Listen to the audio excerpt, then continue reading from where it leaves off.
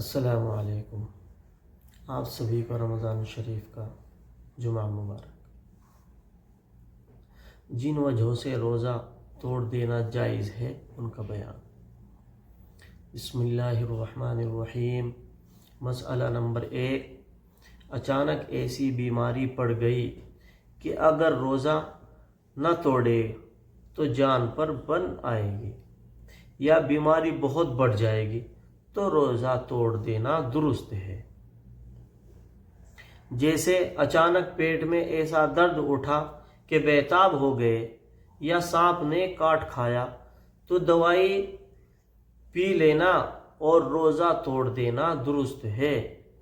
ایسے ہی اگر ایسی پیاس لگی کہ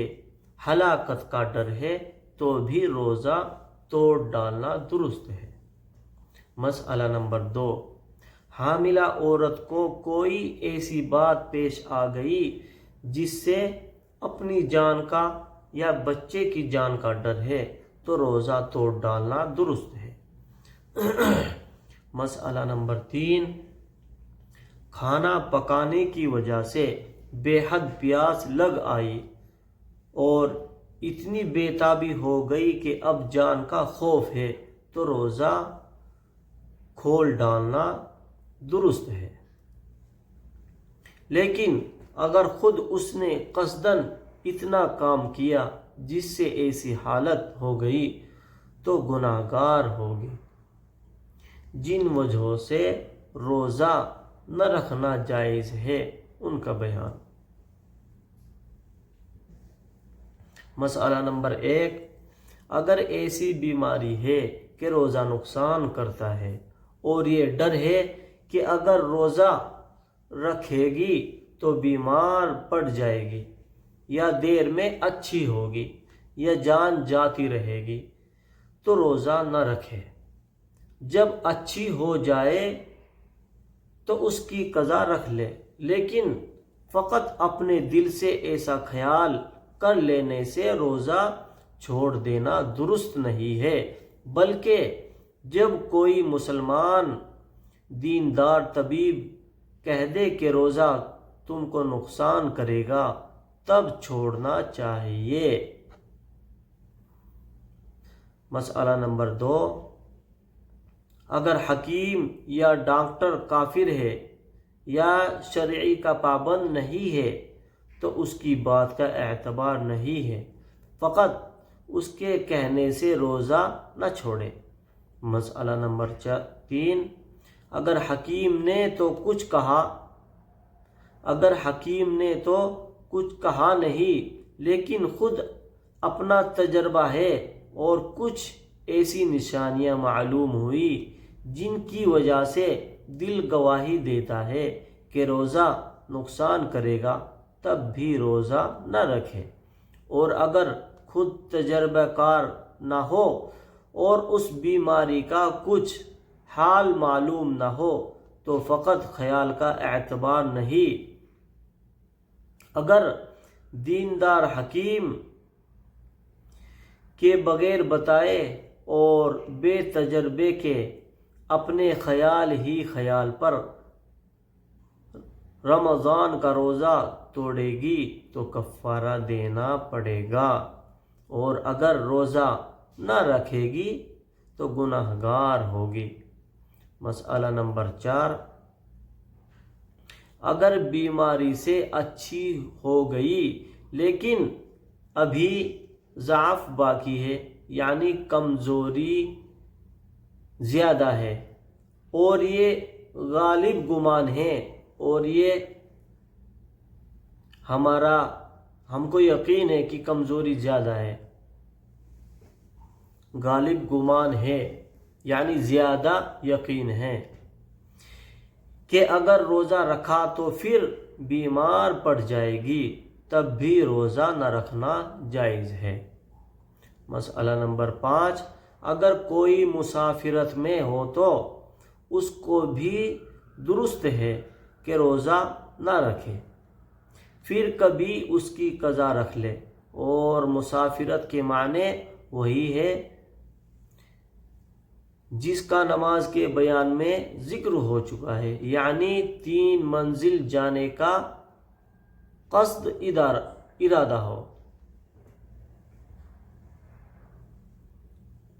مسئلہ نمبر 6، مسافرت میں اگر روزے سے کوئی تکلیف نہ ہو، جیسے ریل پر سوار ہے اور یہ خیال ہے کہ شام تک گھر پہنچ جائے گی، اپنے ساتھ سب راحت و آرام کا سامان موجود ہے، تو ایسے وقت سفر میں بھی روزہ رکھ لینا بہتر ہے، اور اگر روزہ نہ رکھے تب بھی کوئی گناہ نہیں۔ ہاں، رمضان شریف کے روزے کی جو فضیلت ہے اس سے محروم رہے گی، اور اگر راستے میں روزے کی وجہ سے تکلیف اور پریشانی ہو تو ایسے وقت روزہ نہ رکھنا بہتر ہے۔ مسئلہ نمبر 7، اگر بیماری سے اچھی نہیں ہوئی، اسی میں مر گئی یا ابھی گھر نہیں پہنچی، مسافرت میں ہی مر گئی، تو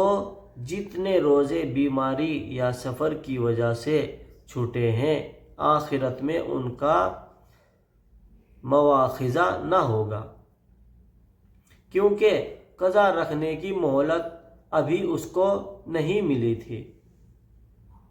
مسئلہ نمبر 8، اگر بیماری میں 10 روزے گئے تھے، پھر 5 دن اچھی رہی لیکن قضا روزے نہیں رکھے، تو 5 روزے تو معاف ہیں، فقط 5 روزوں کی قضا نہ رکھنے پر پکڑی جائے گی، اور اگر پورے 10 دن اچھی رہی تو پورے 10 دن کی پکڑ ہوگی۔ اس لیے ضروری ہے کہ جتنے روزوں کا مواخذہ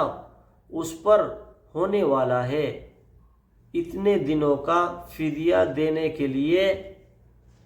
کہہ کر مرے، جبکہ اس کے پاس مال ہو، اور فدیہ کا بیان آگے آتا ہے۔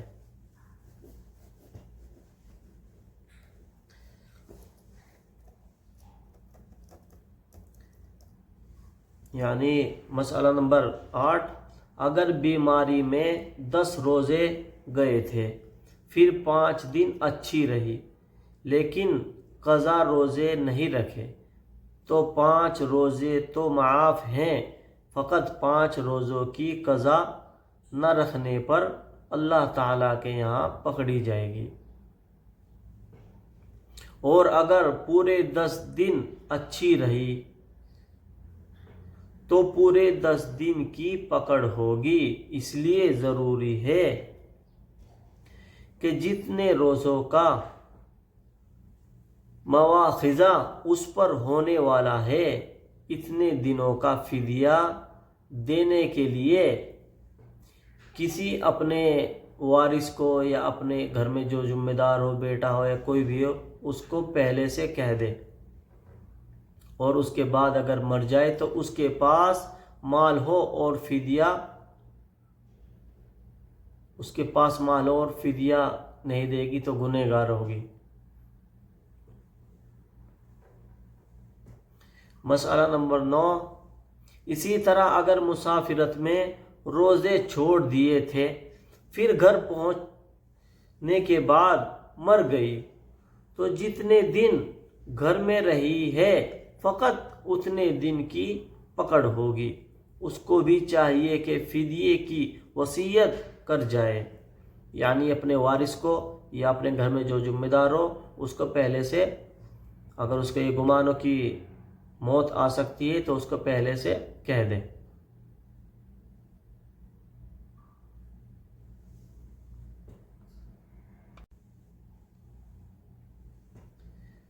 اسی طرح اگر مسافرت میں روزے چھوڑ دیے تھے، پھر گھر پہنچنے کے بعد مر گئی، تو جتنے دن گھر میں رہی ہے فقط اتنے دن کی پکڑ ہوگی۔ اس کو بھی چاہیے کہ فدیے کی وصیت کر جائے۔ اگر روزے گھر رہنے کی مدت سے زیادہ چھوٹے ہوں تو اس کا مواخذہ نہیں ہے۔ مسئلہ نمبر 10، اگر راستے میں